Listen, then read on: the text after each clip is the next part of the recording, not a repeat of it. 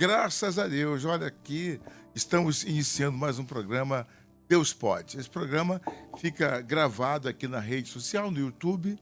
Tem Facebook também não, né? Só no YouTube, né? Então, para que você possa meditar também sobre este livro.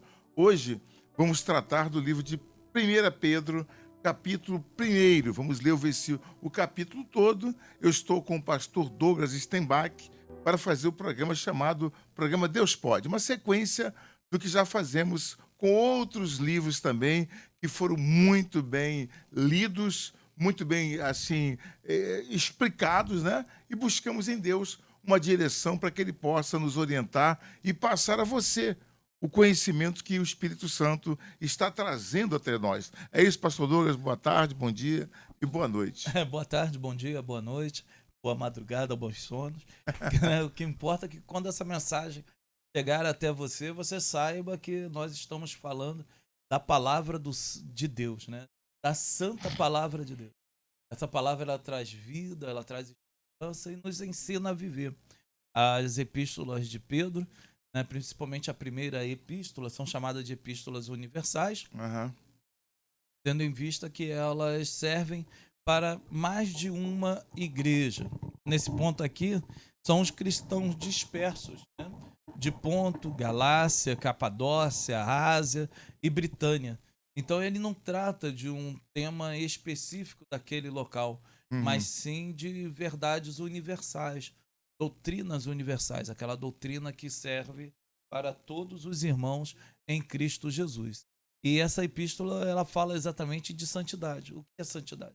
A santidade é obedecer ao Senhor. Santidade é santidade. Vamos lá. Senhor nosso Deus e Pai querido, em nome de Jesus, nós estamos na Tua presença e pedimos ao Senhor, meu Deus, que venha nos dirigir, que venha nos ensinar as revelações que estão ocultas nas Tuas palavras. A verdade é que a Tua palavra traz o segredo que somente o Teu Espírito pode prescrutar, pode trazer à nossa memória, à nossa mente, a Tua vontade e o Teu desejo. Por isso, nós oramos ao Senhor neste momento para que nos ilumine, a mim, pastor Douglas, e a todos os nossos ouvintes, os que nos seguem aqui na rede social, através do YouTube, que acompanha esta mensagem, seja você iluminado também, abençoado. Abençoa também a nossa querida irmã Carla, que nos acompanha e tecnicamente, nos colocando no ar neste programa. Nós pedimos a Tua bênção, em nome do Pai, do Filho e do Espírito Santo. Amém. Lembrando a todos que hoje é dia 4 de março de 2024. É gravada essa data aí importante. Dia 5, bispo. Hoje é dia 5, então... Já mudou já o dia. Já mudei o dia, então tá bom. Vamos lá, então. A leitura, pega a sua Bíblia, é 1 Pedro. Eu vou ler 2 versículos primeiro, depois vou ler do 3 até o versículo 12, para a gente fechar aqui um entendimento. Então está aqui prefácio e saudação. Pedro, apóstolo de Jesus Cristo. Pedro, apóstolo de Jesus Cristo. Aos estrangeiros dispersos no Ponto, Galácia, Capadócia, Ásia e Bitínia, eleitos segundo a presciência de Deus Pai, em santificação do Espírito, para a obediência e aspersão do sangue de Jesus. Graça e paz vos sejam multiplicadas. Isso é apenas uma saudação que ele faz, uma saudação aos estrangeiros dispersos no Ponto, na Galácia, na Capadócia, na Ásia e na Bitínia, pastor Douglas. Ele vai se referir aos eleitos segundo a própria presciência do próprio Deus. Aqui já começa assim com os ensinos teológicos aqui, que é incrível aqui. Eu vou mandar para o senhor que eu escrevi aqui. Só desses 2 versículos, né? Eu escrevi mais de 20 linhas. Porque é muito, muito profundo o que está aqui falando. Primeiro, nós falamos aqui a questão da localidade, né? Nós vimos que eles falam de pessoas que habitam ali naquele lugar. dos eleitos segundo a presciência de Deus. É o único lugar que fala na Bíblia sobre a eleição pela presciência. Geralmente na Bíblia fala da eleição pela soberania de Deus. Mas o nosso irmão Pedro, ele coloca aqui a presciência de Deus. Vale a pena ressaltar que não é que Deus, pelo fato de saber o futuro, é que ele vai eleger alguém à salvação. Nós não sabemos o porquê Deus ele nos concedeu a salvação. Isso é graça, é favor imerecido, é um mistério. A pessoa fala, mas é pela fé em Jesus. Sim, mas o ser humano ele é incapaz de ter fé em Jesus Cristo. Haja vista que nós estávamos mortos em delitos e pecado. E como que o morto vai ter crença? O morto não tem crença, ele precisa ser reavivado, ressuscitado para ter essa crença. E somos ressuscitados pela pregação da palavra e pelo poder do Espírito Santo, que nos tira daquela condição de pecado, desvenda os nossos olhos, e então nós aceitamos a Cristo como um único e eterno Salvador. Esse ato ele é dado mediante a soberania de Deus. Mas Deus, dentro da sua presciência, ele sabe quem iria o aceitá-lo, quem iria salvá-lo, quem Deus iria salvar. Ele já sabe. Não existe uma surpresa para Deus. Tanto é que nós somos enviados às ovelhas perdidas da casa de Israel. Né? A pessoa fala assim, mas quem são? Já existe o salvo, já existe o perdido. Para Deus, sim. Porque Deus, ele sabe o futuro. Só que nós não sabemos. Tem uma frase que o Senhor diz, que eu aprendi consigo, que é exatamente o seguinte, a gente tem para as ovelhas. A gente não sabe quem é ovelha, não sabe quem é bode. Não sabe quem é bode. Mas Deus sabe. Deus sabe. Deus sabe quem é ovelha, Deus sabe quem é bode. Só que Deus é tão misericordioso, mas tão misericordioso, que ele não vai limitar a pregação do evangelho unicamente para aqueles que serão salvos. É para todos. Para todos. Tanto que dentro da igreja tem dois povos, os salvos e os não salvos. O joio e o trigo. Agora o senhor sabe, pastor Douglas, que Jesus ele veio para salvar, se possível, a todos. A todos. Na verdade, eu aí vou aqui fazer um chute. Eu acho que só quem sabe quem é o escolhido é o próprio Deus. Só Deus. Jesus não sabe. Jesus humano. O Jesus mesmo. Não é revelado a ele. Bom, porque hoje ele é pai, né? Ele é pai, ele é filho. Porque eu estou querendo aqui inventar uma Jesus história. Jesus humano era limitado. Agora o Jesus divino não. Divino não. Não divino não pode ser senão limitado. Ele não é Deus. É verdade. Se ele não sabe de algo, ele deixa de ser Deus, ele perde a onisciência. E quando ele prega, quando ele deixa o ensinamento, deixa para todos. O ensinamento histórico não. O Jesus histórico realmente ele não sabia. Não sabia. Então entendi. Né, Gostei dessa nota-se divisão. Que ele, quando fala de Judas, ele diz, Senhor, nenhum se perdeu, a não ser aquele que já era filho da perdição. Porque a tua vontade é que nenhum se perca. Né? E ele reafirma isso. Ele fala diretamente com o Pai, sabendo a vontade do Pai, do propósito do Pai, ali naquele momento. Mas algo que é interessante, o texto áureo da Bíblia, João 3,16, diz assim, porque Deus amou o mundo de tal maneira que deu o seu Filho unigênito para que todo aquele que nele crê não pereça, mas tenha a vida eterna. Nota-se que a salvação é para aqueles que creem, mas o amor de Deus é para todo o mundo. Deus deu a pregação do Evangelho, Deus deu a chance de saber do sacrifício de Cristo para todo o mundo, para todas as pessoas. Então, isso é algo que a gente tem de trazer aqui, sempre para demonstrar. No versículo 1, ele já começa a falar graça e paz. Quando ele fala graça e paz, ele quer dizer que todos aqueles que ali estão, que hoje são salvos, mais à frente nós iremos ver isso, né? Exilados, eleitos, né? Eles são pela graça.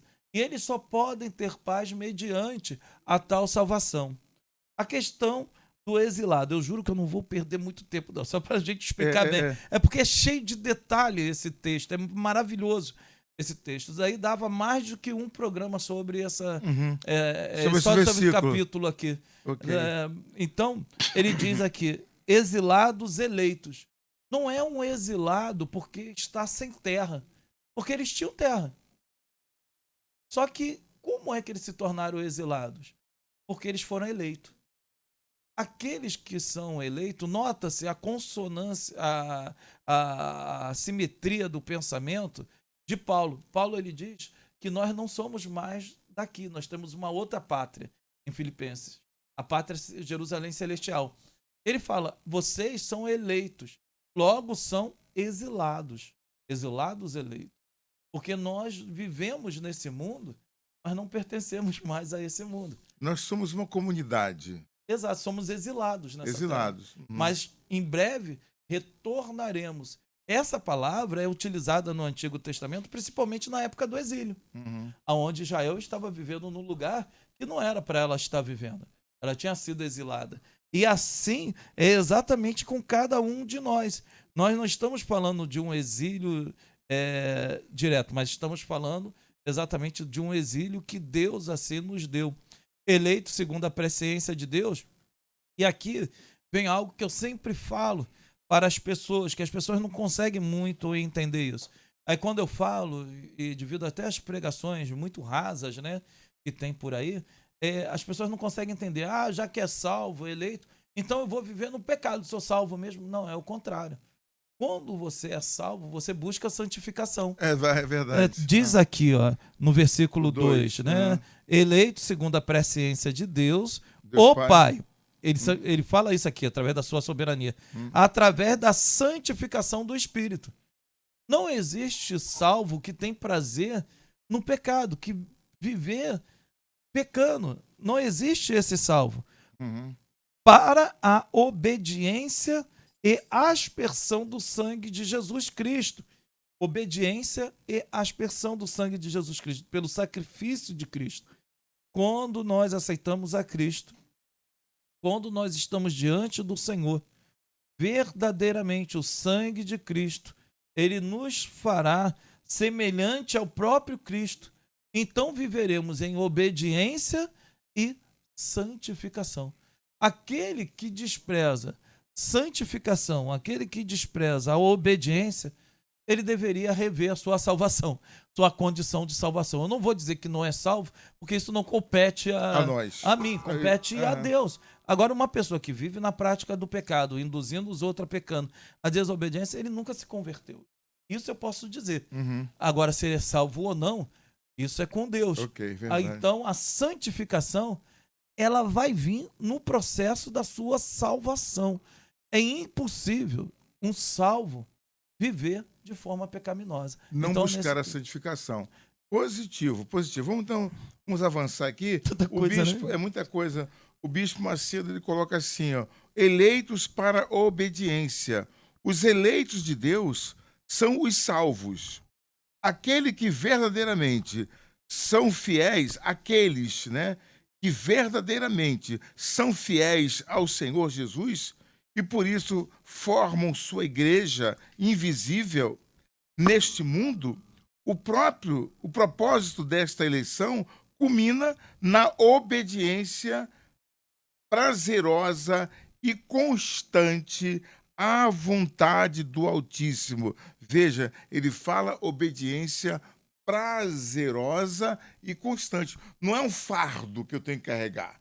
Obedecer não é um fardo para mim, é um prazer obedecer ao meu Deus. Isto é, a obediência e a escolha divina andam de mãos dadas, pois a salvação é operada pela fé e a fé é comprovada com a obediência. É uma coisa ligada à outra. Obediência e fé, prazer de servir, é voluntário, é prazeroso obedecer e fazer a vontade do nosso Deus.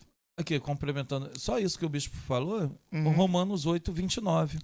Diz aqui, para quem ele conheceu antes, ele também os predestinou para serem conforme a imagem de seu filho, para que ele pudesse ser o primogênito dentre muitos irmãos. Para que ele, então, nos predestinou? Sim, para sermos a imagem de Jesus Cristo. Santo, obediente. Agora, quem são os predestinados? Só ele sabe. Os salvos. Os salvos, isso. É. Claro, Os salvos. Eu pensei que o senhor estava me perguntando. Os salvos. Pensei que o senhor estava fazendo a pergunta de todo mundo. Mas como é que eu sei que alguém é predestinado? Não Então, sei. os salvos são Só predestinados. salvos. Porque, não, lê de novo o versículo, por favor. Não, sim. Lê de novo. 8, vou voltar lá que eu já fechei aqui. Já fechou ali. Romanos Porque isso é importante, porque eu sei que você que está acompanhando e agora chegou nesse ponto, esse assunto de predestinação é pessoa muito tem comentado, medo, é muito ventilado no meio da igreja, como se assim, olha, uma vez salvo, salvo para sempre. Não, senhor. E sim, senhor. Não, senhor, e sim, senhor. Não, senhor, humanamente falando. Humanamente falando. E você não sabe quem é salvo. Mas quem é salvo é para predestinado. Deus, sim. Porque Deus, ele não vai escolher. Deus não tem projeto errado. Não tem projeto errado. Já pensou? Eu te entrego Deus entrega a salvação. Ah, João, agora eu vi, passou um tempinho, eu vi que você não merece.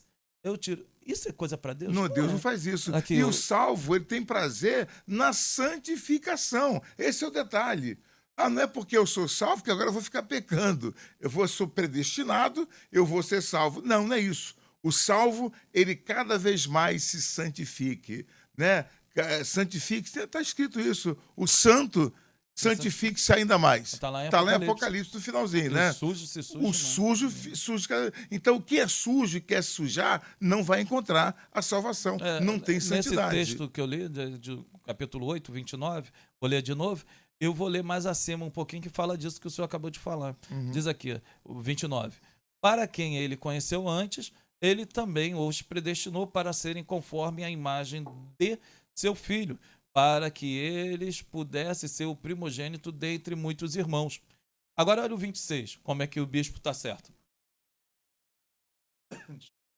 Diz aqui, ó, semelhante o Espírito também nos ajuda em nossas fraquezas, porque não sabemos o que devemos orar como convém, mas o próprio Espírito intercede por nós com gemidos que não podem ser proferidos. Inexprimíveis. E aquele que examina os corações sabe qual é a intenção do Espírito. Uau. Porque ele faz intercessão pelos santos, segundo a vontade de Deus.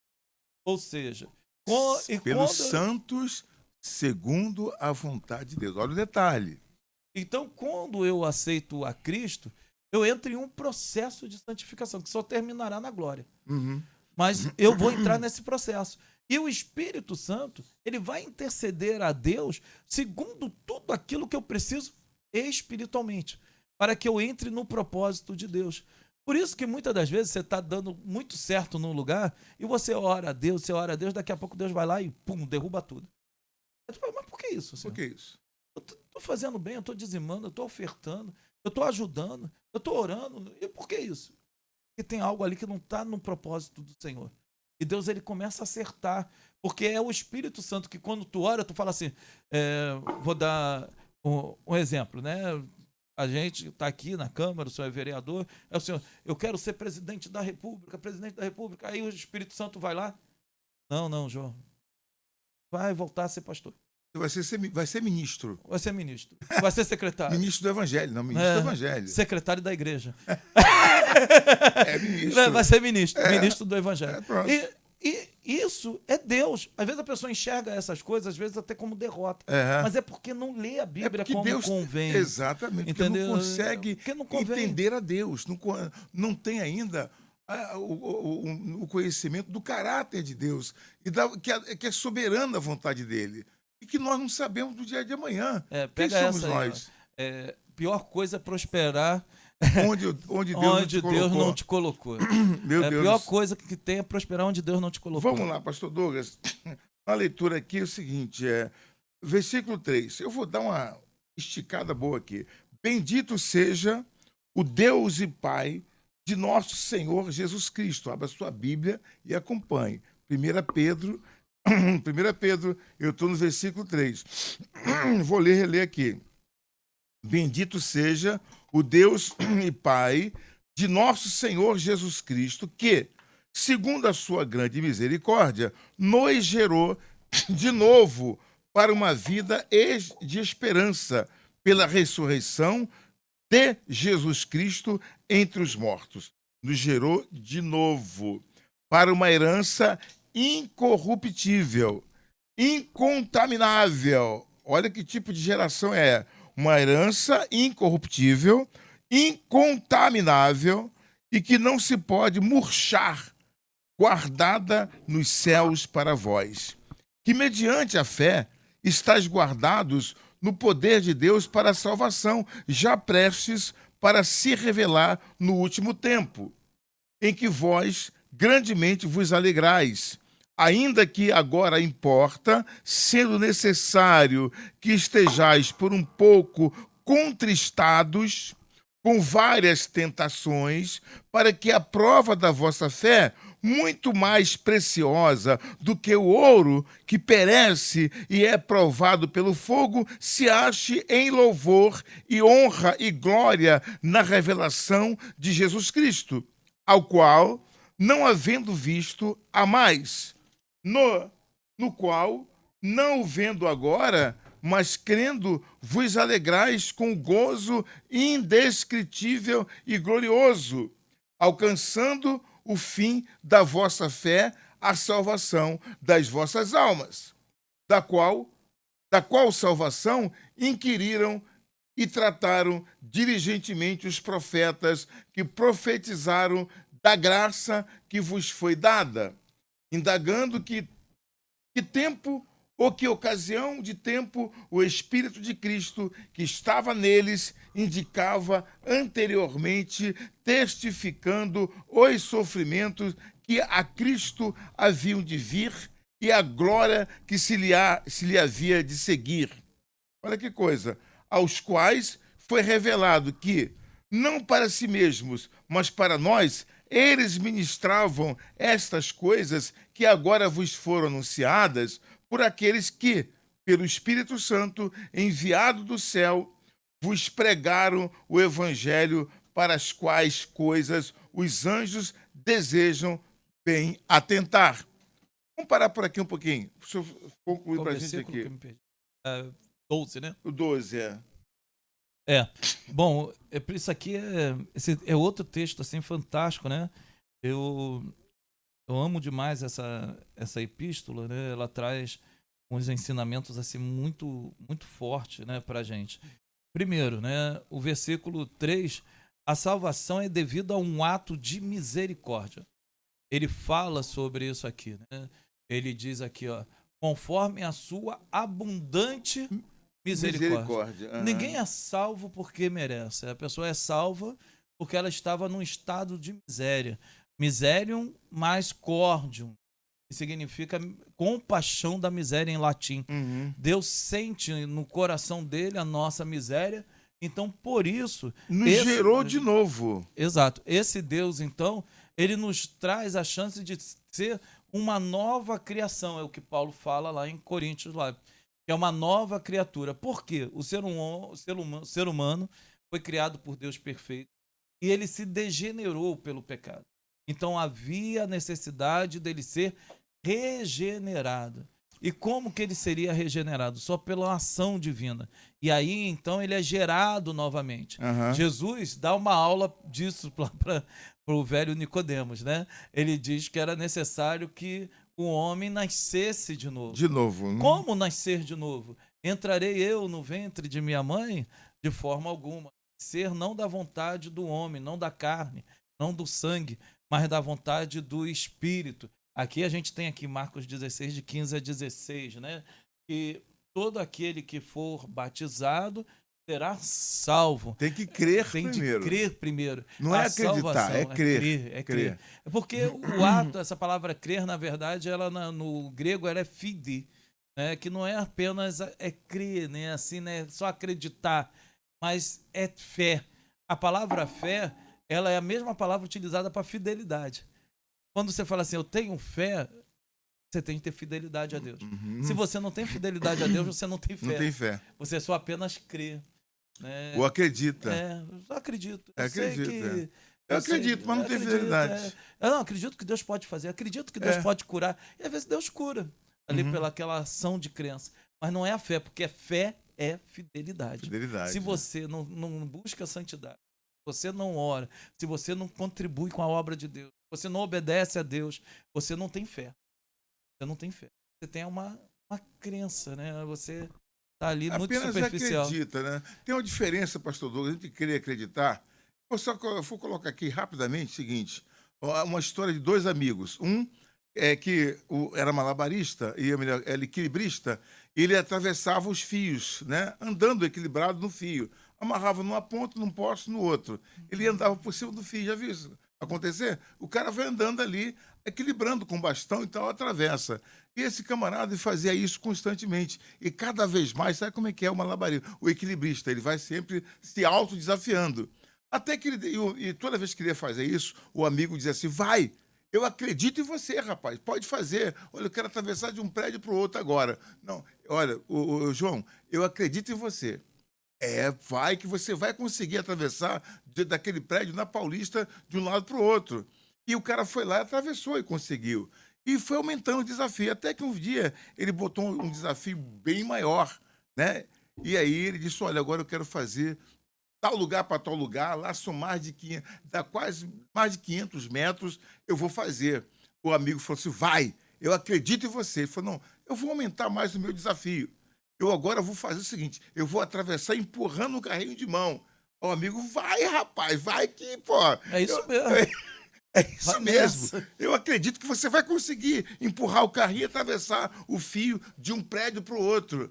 Aí foi marcado o dia para fazer a travessia, o amigo estava junto, ele pegou o carrinho de mão e falou assim: pessoal, hoje o desafio é grande, é muito grande, mas eu tenho meu amigo que vai entrar no carrinho para eu atravessar Aí com não. ele. Aí o amigo, aí não, varão. Aí não, meu amigo, aí eu não vou não. Então, você não disse que acreditava, agora crer você não crê que eu posso fazer. Então, crer é fé. Crer é fidelidade, né? No grego, crer quer dizer? Fide, fé, fidelidade. Então ele acreditava, mas não foi fiel ao amigo. Na hora de entrar no carrinho de mão para atravessar o Era uma crença precipício, perdida, né? Aquela coisa que o cara acredita em tudo, né? Mas não acredita em nada ao mesmo tempo, porque ele não tem fidelidade. Não tem Se fidelidade. ele tivesse fé, ele entrava no carrinho ele de estava mão. no carrinho. Não, vamos lá, vai dar Vamos certo. lá, pai, eu vou contigo. Né? Vai dar certo, mas não, essa é muito bom, vou anotar para o meu caderninho de pregação, começar nas introduções sobre fé. Isso é interessante, porque isso demonstra verdadeiramente quem é o cristão. O cristão está na barca. O cristão está na barca. O cristão entrou ali na arca, ali como a família de Noé, ele entrou na arca porque ele acreditou na palavra. Ele teve a fé, ele teve fidelidade. Agora, todo mundo sabe para que serve a arca. Para flutuar. Tu acredita que ela vai flutuar? Acredito. Tu acredita que se vier uma enchente, que estiver na arca, vai ser salvo? Então vamos entrar que vai cair o dilúvio. Não. Eu vou ficar aqui, pô. A mesma coisa é o pecado. Você tem que largar sua vida de pecado. Você tem que se converter. Você tem de aceitar a Cristo como único Salvador. Jesus está voltando. Você acredita em Deus? Acredito. Acredita em Jesus? Sim. Por que você então não larga isso? Não, ainda não está o tempo. É exatamente isso. Você não tem a fé. No versículo 4, ele vai falar da esperança. Essa salvação, ela gera em nós uma verdadeira esperança. Nota-se que ele vai fazer algo que é muito similar à terra prometida aqui, lá no Antigo Testamento. A esperança deles era irem à terra prometida e conquistar, porque Deus havia dado a ela de herança. No versículo 5, ele fala que essa esperança, ela é a salvação. Certamente eles receberam... Mediante a fé. Eles receberam essa salvação mediante a fé, que era uma salvação futura, pois Deus havia protegido com o seu poder e sustentado a sua fé. Olha que coisa tremenda isso. Eles estavam passando por perseguição, eles estavam sendo muitas das vezes proibidos de ter sua fé, mas Deus iria sustentá-los até o final. Eles iam ser guardados pelo poder de Deus. Diz que estás guardado pelo poder de Deus. Vamos para o 6, para você completar. O versículo 6 e 7, né, que eles estão juntos, né? Pedro ele vai perceber que a alegria misturada com a tristeza ali no meio daquele povo, principalmente os cristãos que haviam ali na Ásia Menor, eles estavam passando por grandes provações, pois estavam passando por necessidade. E ele começa então a falar de uma esperança que era uma esperança futura, e que aonde esses sofrimentos são a vontade de Deus para aquele povo.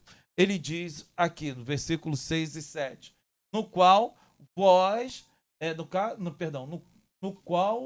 na qual vos alegreis grandemente, embora agora, por um tempo, sendo necessário, estejais sobre opressão por causa de muitas tentações. Ele fala dos problemas, ele fala das perseguições que estavam acontecendo, principalmente com aqueles cristãos ali, mas, né, nós vimos aqui, ó, para que a prova da vossa fé, sendo muito mais preciosa do que o ouro que perece, mesmo que provado com fogo, possa ser achada em louvor e em honra e glória na aparição de Jesus Cristo. Aqui ele vai falar que os sofrimentos da vida terrena eram extremamente necessários. O ouro, quando você vê lá o ourives, né, trabalhando, eu quando criança tinha um senhor que ele trabalhava com ouro ali em Copacabana, e quando a gente iria visitá-lo, eu via o que ele fazia, né? Aí ele dava um calor no fogo assim, e o ouro ficava às vezes com umas impurezazinhas bem em cima. Aí ele ia lá e tirava aquilo dali. Isso que se chama refinar o ouro. E Pedro ele coloca exatamente essa semelhança do ouro sendo refinado com a nossa fé.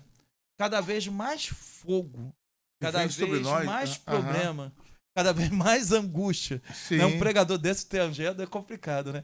Mais angústia, cada vez mais problemas, cada vez mais sofrimento, mais a sua fé ela é refinada. Você vai ser. Porque você começa a ver que não é por você, que não é pela sua força. Aí vem Pedro lá e fala assim, não estranheis o fogo ardente das vossas tentações.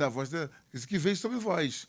Porque esse fogo é para provar-vos e tornar-vos cada vez mais puros e limpos para a glória do nosso Deus. E exatamente a nossa mentalidade, ela deve ser uma mentalidade que Deus está no controle de tudo. Né? Mas tem hora que eu fico entristecido. É do jogo. Tem hora que eu fico meio preocupado. É do jogo. Da fé. Mas você não pode deixar com que isso tome conta de você. Por quê? Não posso... Tô sofrendo perseguição. Agora eu não saio mais de casa. Eu vou sair da igreja. Vida. Azar. Não é igual aquela não vou mais. A irmã falou um negócio que eu não gostei. O pastor falou isso, aquilo outro. É aí que você tem de trabalhar. Exatamente. É aí que tu tem de obedecer. E confrontar o diabo frente a frente. Enfrentá-lo o tempo todo. Eu estou aqui. Bispo, o senhor falou algo que é... A nossa luta não é contra a carne e o sangue. Exato. Então, quando você recua, é o diabo que ganhou o campo. Você está crente que a tua luta ali é carnal. Não é. Mas é um monte de enviado de Satanás né, trabalhando para te derrubar. Eu me converti, vim de uma vida muito ruim e eu sempre fui muito dedicado à obra de Deus, orando, jejuando. E a perseguição começou dentro de casa. Sim. E era todo mundo me perturbando, mas me perturbava muito mesmo. E eu falei com o pastor André é meu amigão há mais de 20 anos. Ele viu o início da minha conversão, né? Eu parei assim, eu falei, André, falei, meu Deus do céu, todo mundo implica comigo, mas todo mundo. Falei, de dentro da minha casa para fora de casa. Aí ele, Lucas, chega aqui. A gente trabalhava, eu era diretor de segurança, diretor operacional de segurança de vários shoppings, e nessa época eu estava trabalhando descarregando caminhão, quando eu aceitei a Cristo. Aí ele olhou, Douglas, chega aqui. Você está vendo os peões tacando pedra, catucando lá a mangueira? Eu falei, não. Aí ele, por quê? Eu falei, não tem manga. Aí ele, só recebe pedrada a árvore que tem fruto. E eu guardei aquilo. Eu falei, bom, se eu tô ganhando pedrada, eu tô bem. Eu tô com Deus. Né? E Pedro, ele fala exatamente isso. Aqui nós temos de entender algo, né, da vida cristã, que nós acostumamos muito a sermos elogiados. Mas aquele que quer viver uma vida piedosa há de receber perseguição. Uhum. Por quê? Versículo 8 e 9, a alegria que nos está reservada não é desse mundo. A alegria é no mundo espiritual, é no mundo vindouro. Então eu só posso ter a paz que excede todo o entendimento se eu verdadeiramente tiver com a minha vida em Cristo. Ele diz, ao qual, não havendo visto, há mais, em quem, embora não vejais agora, e mesmo assim crendo, olha a fé, em Cristo Jesus, Uhum. vos alegreis com gozo. Indescritível e glorioso, está aqui na minha Bíblia. E aqui na minha diz, inenarrável. Inenarrável. E pleno de glória. Aleluia, é isso O mesmo. versículo 9, ele finaliza o pensamento. Recebendo o fim de Da vossa vossa fé, fé. a salvação das vossas almas. Olha que coisa bacana. Por que eu sou feliz? Porque se Porque eu sou preservou a sua alma. Na verdade, todo ataque, seja qual for o tipo de situação que você está vivendo e passando, o alvo principal não é você, é a sua alma.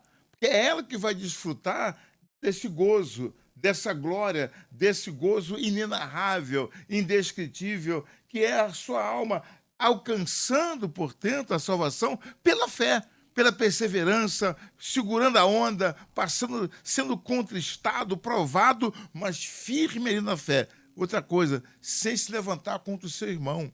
Aquele que se levanta contra o irmão é amigo do diabo. Capítulo 1, versículo 1. A vingança vem do Senhor. O senhor entendeu o que eu falei? Sim. Aquele que se levanta contra o irmão é amigo de quem? Do diabo.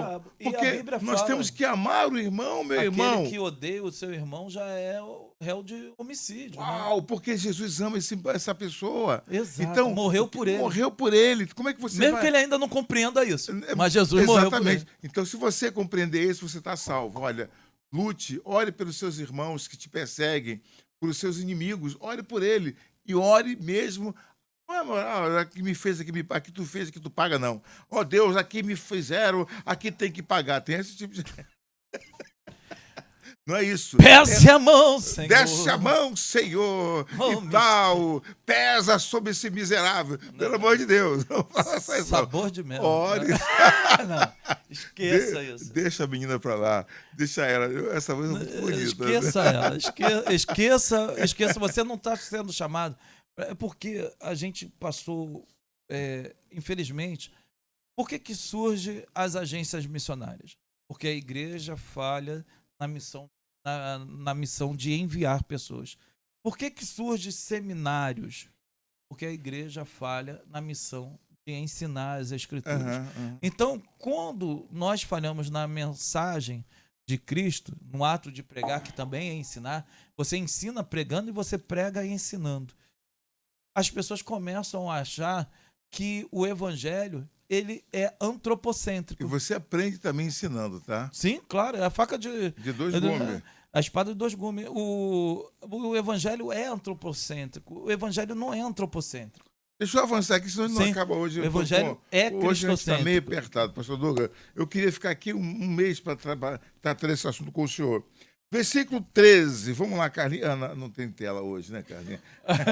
Versículo 13. Portanto, na Bíblia, pega na sua Bíblia, cingindo os lombos do vosso entendimento, olha que palavra forte, sede sóbrios e esperai inteiramente na graça que se vos ofereceu na revelação de Jesus Cristo.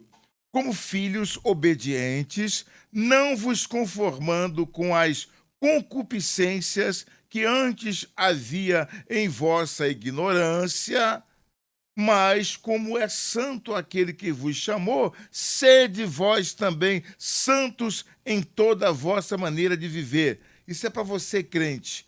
Sede santos em toda a vossa maneira de viver. Para que essa confusão, essa brigalhada, esse fala mal dos outros, tá amarrado isso. Segura tua língua, meu irmão.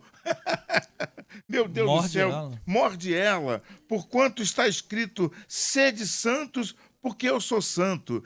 E se invocais por Pai aquele que, sem acepção de pessoas, julga segundo a obra de cada um, andai em temor durante o tempo da vossa peregrinação. Nós estamos passando aqui de passagem. Somos peregrinos nessa terra. O nosso reino é o reino dos céus. E nós queremos alcançar, se formos obedientes e santificar a nossa vida. Cuidado com isso. Sabendo que não foi com coisas corruptíveis, como prata ou ouro, que fostes resgatados da vossa vã maneira de viver, que por tradição recebestes dos vossos pais, mas com precioso sangue de Cristo, como de um cordeiro imaculado e incontaminado, o qual, na verdade, em outro tempo, foi conhecido ainda antes da fundação do mundo, mas manifestado nesses últimos tempos por amor de vós. E por ele credes em Deus, que o ressuscitou dentre os mortos e lhe deu glória, para que a vossa fé e esperança estivessem em Deus, purificando as vossas almas pelo Espírito na obediência à verdade, para o amor fraternal não fingido. Amai-vos ardentemente uns aos outros como um coração puro. Não é amar só, não. É amar ardentemente. É você pegar aquele irmão que destruiu a tua vida e dar um abraço e dizer: eu te amo, meu irmão. É verdade. É aquela irmã que tomou o seu marido e você abraçar e dizer: eu te amo, minha irmã. Você acabou com o meu casamento, mas eu te amo. E se ela estiver doente, você ainda ajudar ela. Ainda cura, ajuda por ela. Então isso é amor ardente. Meu amigo, sério, eu tô falando sério. Ser crente não é mole, não. Você não pode odiar, não pode beber, não pode fumar, ainda corre o risco de quê? De perder a salvação. A salvação vem do Senhor. Não, o irmão eu perco falou. A santificação. O irmão falou, posso perder cara, a santificação. vocês crentes não pode beber, você não pode fumar, você não pode fazer nada disso. E no final ainda ir pro inferno. Ainda pode ir pro inferno? Ah, eu tô fora. É por isso que esse texto ele fala até sobre isso aí, né, da questão. Por isso que a salvação, ela vem antes da fundação do mundo. Porque ela não é baseada em nada aquilo que existe depois no mundo. Uhum. Ela é baseada na fé em Cristo Jesus. Coisa boa, né? Sendo de novo gerados, não de semente corruptível, mas da incorruptível, pela palavra de Deus, viva e que permanece para sempre. Porque toda a carne é como a erva, e toda a glória do homem como a flor da erva. Secou-se a erva e caiu a sua flor, mas a palavra do Senhor permanece para sempre. E esta é a palavra que entre vós foi evangelizada. Eu gostei desse termo. Aquele que perde a vida por amor de mim e pelo amor do evangelho, ganha-la. Aquele que tentar se preservar vai perdê-la. Pastor Douglas. Aqui tem esses dois textos, né? Tem outros aqui, mas eu vou falar daquilo que der, mas nota-se que ele diz aqui no versículo 12 e o último. Olha só como é que os dois estão juntos. A eles foi revelado que não para si mesmo, mas eles ministravam estas coisas que agora vos são anunciadas por aqueles que vos pregam o evangelho pelo Espírito Santo enviado dos céus, e essas coisas os próprios anjos desejaram contemplar. Os anjos não puderam. O senhor está onde aí? Versículo 12. Agora olha o versículo 25. Mas a palavra do Senhor permanece para sempre. Verdade. E esta é pregada, essa palavra, que pelo evangelho vos é pregada. Olha que coisa linda. Nós hoje temos a palavra de Deus que permanece para sempre, que os anjos desejaram pregar. Mas Deus não deixou, entregou a cada um de nós, porque foi algo revelado desde toda a eternidade. A gente vê aqui o versículo 18 e 19. Essa palavra falava exatamente do sacrifício de Cristo na cruz do Calvário, um sacrifício que é perfeito, sem mancha, que é onde nós, quando deveríamos ter na nossa mente que fomos exatamente salvos pelo sangue de Cristo e não comprado com coisas corruptíveis, nós deveríamos tremer e temer. ter medo diante disso. Uhum. Porque o próprio Deus deu o seu Filho amado, único gerado nesse mundo, para morrer pelos meus pecados, pelos seus pecados. Isso já era para o nosso coração temer, né? Vimos que a salvação não foi um acaso. A salvação, ela existe antes da fundação do mundo. Está aqui no versículo 20. O qual foi verdadeiramente predestinado antes da fundação do mundo, porém manifesto nesses últimos tempos por nós. Antes do homem pecar, Deus, pela sua soberania e onisciência, ele já tinha predestinado o seu Filho a vir a esse mundo morrer por mim e por você. A morte de Cristo não foi um acidente. Cristo não era um plano B. Uhum. Era o plano de Deus. Que o homem, ele sabendo que o homem pecaria, Deus então deu o seu Filho para salvar desde toda a eternidade. Aí então, né, nós vimos aqui à frente, por que somos salvos em Cristo Jesus e não em nós mesmos?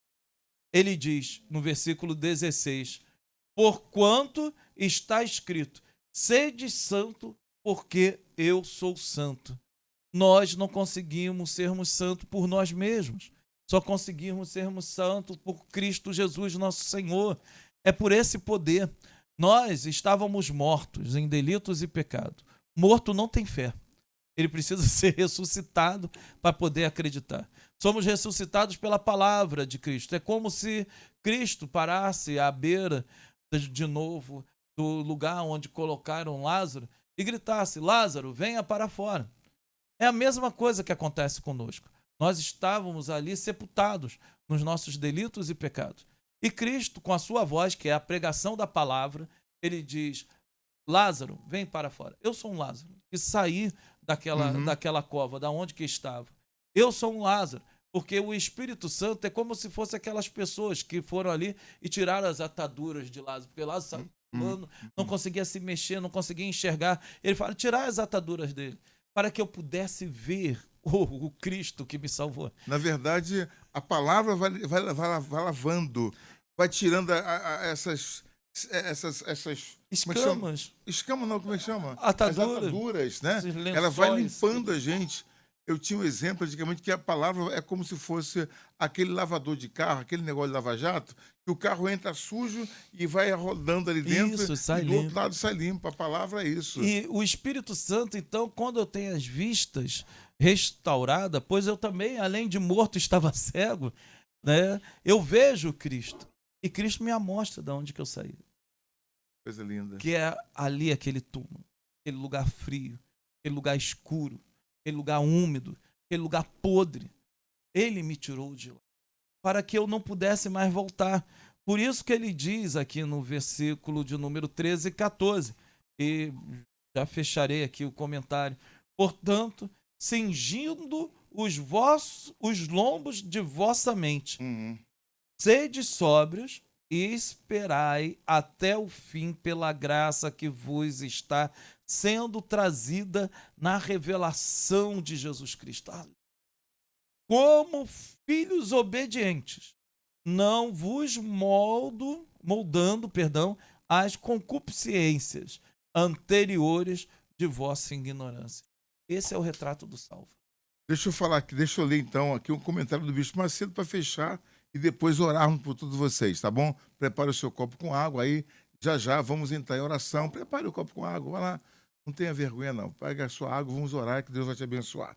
Assim, antes da fundação do mundo, o Altíssimo, fechando esse estudo, o Altíssimo possuía um plano de redenção para a humanidade antes mesmo da criação do mundo. O pastor Douglas acabou de falar e o Bispo Macedo aqui ratificando no seu comentário, na sua Bíblia aqui comentada, essa Bíblia que eu leio sempre para vocês.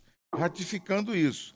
Já estava determinado que o seu filho seria o próprio sacrifício, ou seja, antes mesmo de criar o homem, o Senhor havia providenciado a propiciação dos pecados. A desobediência de Adão não surpreendeu o Senhor, e muito menos o forçou a arranjar uma solução emergencial para resolver o problema da humanidade. Deus só se manteve em silêncio para não revelar completamente o seu projeto, como afirmou Paulo, conforme a revelação do mistério que desde tempos eternos esteve oculto. Então, Jesus é essa revelação que Deus não havia revelado. Lá, quando Adão cometeu o pecado, já tinha uma solução. Já havia Deus providenciado uma solução para mudar, para reverter esse quadro. Romanos capítulo 16, 21. Assim, no momento oportuno, ele deu a conhecer o mistério que esteve oculto desde todos os séculos e em todas as gerações, e que agora foi manifesto aos seus santos. Glória a Deus, porque vivemos nesses tempos de Cristo já manifestado. Para Deus e para a humanidade, o ponto mais precioso da história eterna foi a manifestação do Senhor Jesus ao mundo e a sua obra de expiação. Aqueles que compreendem essa revelação e fazem dele o seu Salvador alcançam parte na promessa mais importante das Escrituras, eterna, ou seja, a vida eterna, a qual está reservada para os santos, para os salvos, para aqueles que buscam a santidade. Cuidado, ninguém é salvo, o reino dos céus, ele é tomado por esforço, até com violência. E você se violenta, você deixa de fazer o que você quer para fazer a vontade de Deus. Você vai negar tudo na vida para fazer a vontade de Deus. Vai negar, uma vez, marido, negar mulher, negar filho, negar tudo na vida. Se isso lhe atrapalha a sua salvação, negue tudo. Porque mais vale a vida eterna com Deus do que 100 anos aqui na Terra. Ou qual for a quantidade de anos que você possa viver aqui na face da Terra. Então, na decisão, cuidado. Os laços são muito grandes. Satanás ele quer te enlaçar usando sentimentos, usando família, usando isso, usando aquilo. Não caia nessa. Mantenha-se firme e sóbrio, tranquilo. Não tome decisões sem estar alicerçada na palavra de Deus. Ou melhor, baldrameada nessa palavra. É bonito essa Gostei do baldrameado, viu? Essa é do pastor Douglas. Eu aprendi com o senhor. O baldrame, né? Baldrameado. O que é o baldrame, né? Baldrame seria aquele alicerce que é feito antigo, né? Aham. De madeiras fortes, né?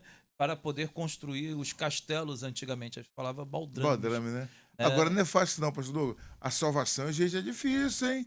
Parece molezinha, vai entrar debaixo assim, ó. Uhul. Vai não. Infelizmente, eu boto a minha barba de molho, tenho vigiado, tenho buscado em Deus direção, porque eu preciso da salvação. Eu quero ser salvo. Uma vez, olha só, eu vi uma entrevista uma vez, eu creio nisso. Uma vez o pastor nosso estava entrevistando uma pessoa endemoniada. Ele interrogando, demônio, o que você está fazendo aí na sua vida? Quem é você? Quantos tem aí? Ah, somos uma legião. Igual fez com Jesus. Ele disse assim, olha, deixa eu falar para você. Olha, se você vacilar, eu te levo. Aí o pastor, você vai me levar, então leva agora. O diabo não vai levar naquela hora. Ele tem todo o tempo para levar você, para destruir uma vida. Não é à toa, não é assim. Aí, e sabe o que o diabo falou? Manifestado numa pessoa, ele falou assim, olha, você sabia de uma coisa?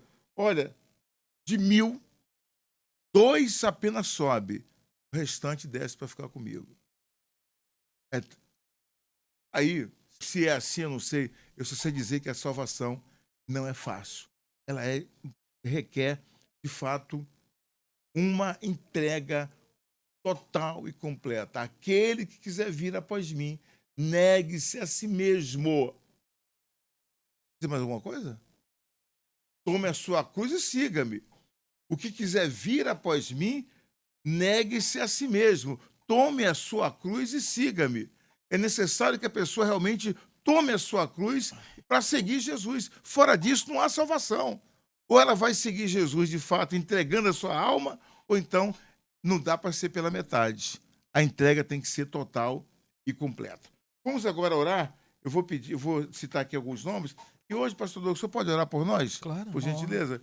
Eu vou orar pela dona Mirtes e família, José Paulo, a dona Isabel e família, Carla Moura e família, Sândalo Cavalcante e família, Denise Matos, dona Augusta, o senhor Álvaro, Eliane Campos. Vamos orar por Pedro Lucas Campos Viana, Euclides e família, pela dona Rosa Souza e família, por Souza Nascimento e família, Maria da Glória Nascimento, que vai fazer um procedimento cirúrgico nas vistas, igual a mim, Alexandro e família, Sérgio Benedito, Oscar Ramos, Mário Teixeira e família, Vera Lúcia Caetano e família. Peço oração por Marcelo, por Cleusa, João e Maria, Alexandre Pimentel, vou botar aqui também o Fabiano Pimentel, Cátia Luziette Pimentel, Wagner Alves Pegas, Wilson Santos, Wilson da Silva, Patrícia Stenbach, Jesuíno Dagmar Batista e André Evangelista. Eu vou pedir o pastor Douglas para fazer por todos nós esta oração de fé no nome de Jesus. Oremos agora. Prepare o copo com água, que no finalzinho eu vou consagrar o seu copo com água. Senhor, nosso Deus e nosso Pai, nesta tarde, Senhor, nós estamos aqui a orar, meu Deus, Sim, por essas meu Pai. pessoas, Senhor, por muitos outros, meu Pai, que estarão a ver, meu Pai, esse programa, a ouvir, Deus, meu Deus, abençoa, e Jesus. até, meu Pai, Visita aonde cada lar, a cada Tua família. graça, meu Pai, ir, Ó, meu Pai, Pai, visitar. toma Eu te rogo, Senhor, por os cada nossos família, por familiares, cada pessoa, filhos, por cada esposa, trabalho, meu Pai, marido. aqui Toma em representado, tuas meu mãos Deus, essas que o vidas. Senhor, meu Deus e meu Pai, Sim, venha Sim, repreender meu toda a Deus. fúria, meu Pai, do Do adversário. diabo. Venha, meu Pai, Sim, meu jogar Pai, por repreende terra, meu todo Deus, espírito todo espírito satânico. maligno, Oh, meu meu Pai. Pai, Ó faça Deus, isto, entra meu com Deus. libertação, Sim, meu Pai, entra com entra com- cura, meu Deus. Sim, Entra, meu Deus, com salvação, Sim, meu meu Deus. Pai, nesta Esse vida. espírito maligno que Oh, está Deus. atuando nesta vida, nesse lar, sim, nessa família, meu sim, Deus, meu Pai. na saúde, Sim, meu Deus, do seja meu irmão, repreendido da minha irmã, que todo seja inferno, meu repreendido Pai. agora, Nome no do nome Senhor. de Jesus, que caia por terra todo aquele Sim. que se declara inimigo do propósito de Deus. Em o nome de Jesus te pedimos, meu Pai, Sim. certos da vitória, no Em nome de Jesus, Senhor. Na tua presença ainda, Senhor, consagramos este copo com água, Senhor. Levante o copo com água para os céus. Meu Deus, abençoa esta água. Coloca virtude nestas águas, que ao beber desta água pela fé, esta pessoa venha ser curada, venha ser liberta de todo mal. Que penetre, meu Pai, onde essa água chegar, chegue também a salvação, a libertação dessas pessoas, em nome de Jesus. Beba do seu copo com água em nome do Senhor.